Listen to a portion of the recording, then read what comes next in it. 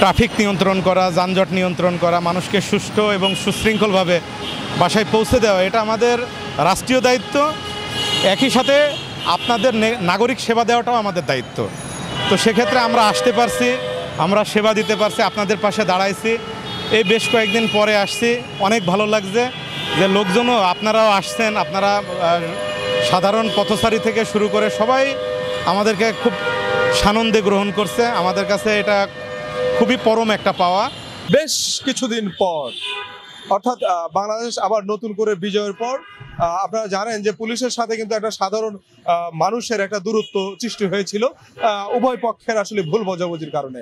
অবশেষে সকল বাধা পেরিয়ে ট্রাফিক পুলিশ মানে রাজপথে কিন্তু রাস্তায় পুলিশ নেমেছে, আবার জনসেবায় আবার নিজেদেরকে নিয়োজিত করতে বাংলাদেশ পুলিশ আমরা ইতিমধ্যে দেখতে পাচ্ছি আজকে থেকে কিন্তু মাঠে নেমেছে, এবং ট্রাফিক পুলিশ সহ অন্যান্য যে থানা লেভেলের পুলিশগুলো তারাও কিন্তু তাদের দায়িত্ব পালনে অংশগ্রহণ করছে।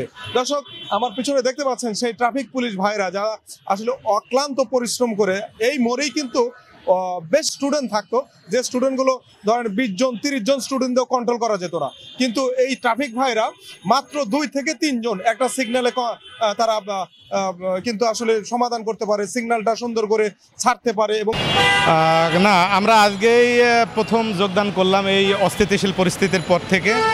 তো আমাদের খুবই ভালো লাগছে। আসলে আমাদের যে পেশা, আমরা রাস্তাঘাটে মানুষের যে ট্রাফিক নিয়ন্ত্রণ করা, যানজট নিয়ন্ত্রণ করা, মানুষকে সুষ্ঠু এবং সুশৃঙ্খলভাবে বাসায় পৌঁছে দেওয়া, এটা আমাদের রাষ্ট্রীয় দায়িত্ব। একই সাথে আপনাদের নাগরিক সেবা দেওয়াটাও আমাদের দায়িত্ব। তো সেক্ষেত্রে আমরা আসতে পারছি, আমরা সেবা দিতে পারছি, আপনাদের পাশে দাঁড়াইছি।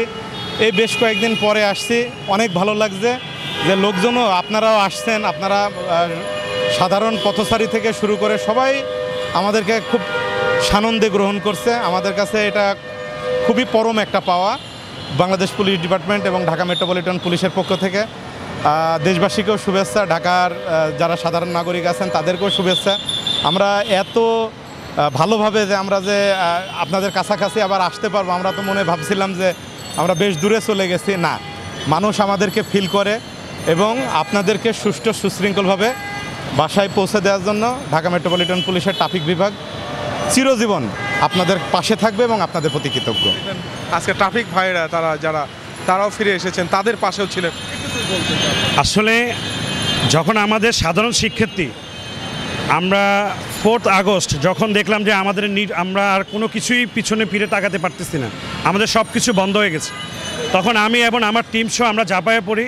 আমরা শাহবাগ থেকে কারুমবাজার বিজয় সরণি আমরা আমাদের পুলিশ ভাইদের সাথে ছাত্রলীগদের সাথে যুদ্ধ করি।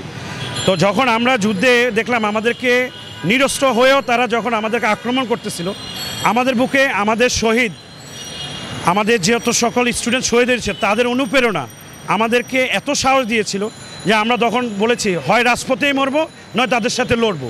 কিন্তু ওনারা আমাদের শত্রু না, ওনাদেরকে যে অর্ডার দেওয়া হয়েছিল, যেভাবে ব্যবহার করেছিল, তারা সেটাই করতে বাধ্য ছিল।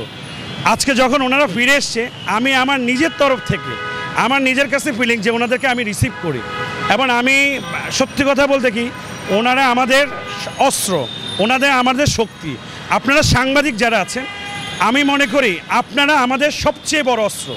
আপনারা যদি এই যে আমাদের প্রশাসন, আমাদের সাংবাদিক আর আমাদের স্টুডেন্ট, যদি আমাদের সাধারণ মানুষ আমাদের পাশে থাকেন, তাহলে একটা সুন্দর সুস্থ বাংলাদেশ ইনশাআল্লাহ ডক্টর ইউনূস আমাদের প্রধান উপদেষ্টা, আমাদের বাকি সকল উপদেষ্টা আমাদেরকে উপহার দিবে ইনশাআল্লাহ। আমরা এটাই কাম্য করি।